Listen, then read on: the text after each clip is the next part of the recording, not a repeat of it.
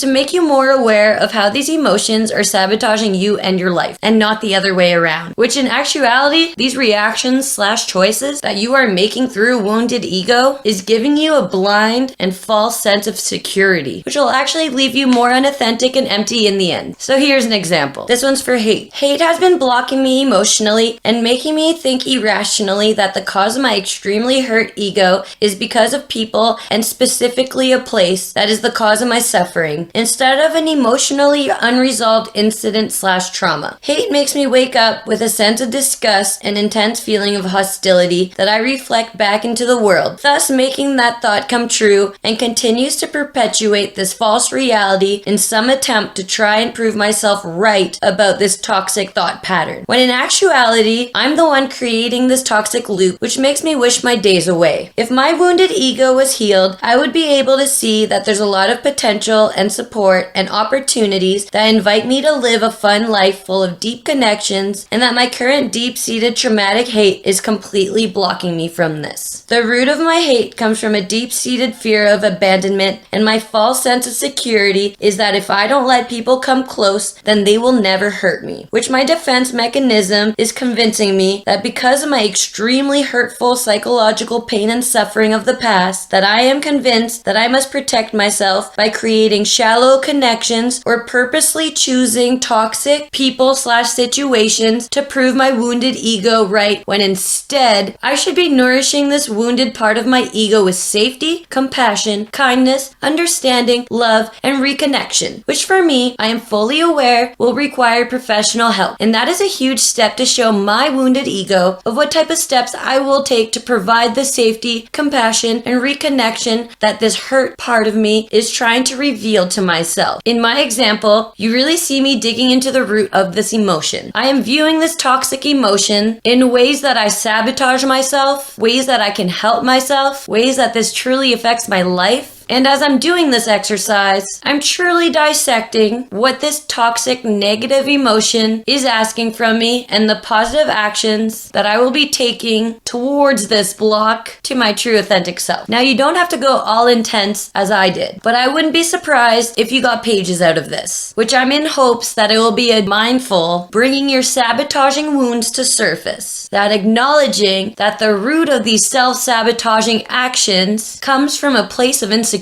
which sprouts these toxic negative emotions and provides a false sense of security. Now, some of you will only have to look back last week. Some people will look back half a year ago. Some people might look back a decade ago. Whatever this brings up to you, feel free to break up this exercise during the week. Don't overdo it and emotionally stress yourself out if you can't emotionally digest it. Please do it piece by piece or talk to someone. Make sure you rest, you take breaks, because unpacking this might be really emotional for you. So don't force anything. My purest intention for you in this exercise is to get you to recognize what and how these toxic negative emotions are impacting your authentic life, and maybe get you more curious into researching how these negative emotions actually work and how you can provide safety and nurturing actions to these parts of your wounded ego. All in all, that's what these wounds are asking for. The core of this is to become your own best friend with your shadow self, so you can understand your shadow self, and so you can be aware of how your shadow self even works. And this includes how to nurture and heal it. While we are on this topic, a life-changing book that I recommend for you to read is called Radical Compassion by Tara Brach. Tara Brach shows you the RAIN method, which stands for R for recognize, A for allow, I for investigate, and N for nurture. This book is an amazing resource, and I find it really supported a big chunk of my healing journey. So I highly recommend this one if you want further knowledge of how to become best friends with these hard or difficult emotions, and wants more tools for their toolbox. Next homework. Now that we got the emotional downside of self-sabotaging out of the way, now it's time to bring our attention to the positive emotions that we want to include in our super awesome to be authentic life. For this exercise, we will dive deeper into the positive emotions that you want your life to be surrounded by. I want you to think of or look up some positive emotions, and I would like you to ruminate about what you want from them, or maybe what you are grateful currently in your life to have and want to keep around. I want you to pick 11 positive emotions, and I want you to do the same as you did with the negative toxic ones in the previous exercise. So I'll provide an example. Joy. Joy is an emotion that I would like to have more in my life. This includes through positive friendships, healthy family connections, carved out time for my deepest hearted passions. And this also includes walking away from jobs, partners, or people that don't serve me, no matter of status, class, etc. And this includes long ago closure that we need to let go of to make more room for joy. I deserve joy. It is free. It is achievable. There's no reason why I should stay in a situation that I do not like, especially if I'm not happy. And this includes even if I'm not actually miserable, because the bare minimum just doesn't cut it for us anymore. I must go find things that actually excite me. And there's also no reason to block myself from the current joys of life. Joy is provided by filling my basic needs. This is a thoughtful question to ask myself. What are my basic needs that would have to be met to bring me actual joy in my life that I can start doing today? So this was just an example. So essentially, I want you to pick a positive emotion, and beside it, I want you to write how that emotion makes you feel or what it means to you, and that includes its importance. And is there anything today that you could do to spike that up? Just anything that sparks up in you about this positive emotion and make you dive into the who, what, where, when, and why of it. This exercise will fill you in the direction that you want to go, where you would like to head, or what type of particular emotion you want to work on. And most importantly, through this exercise, you are privately connecting with your deepest truth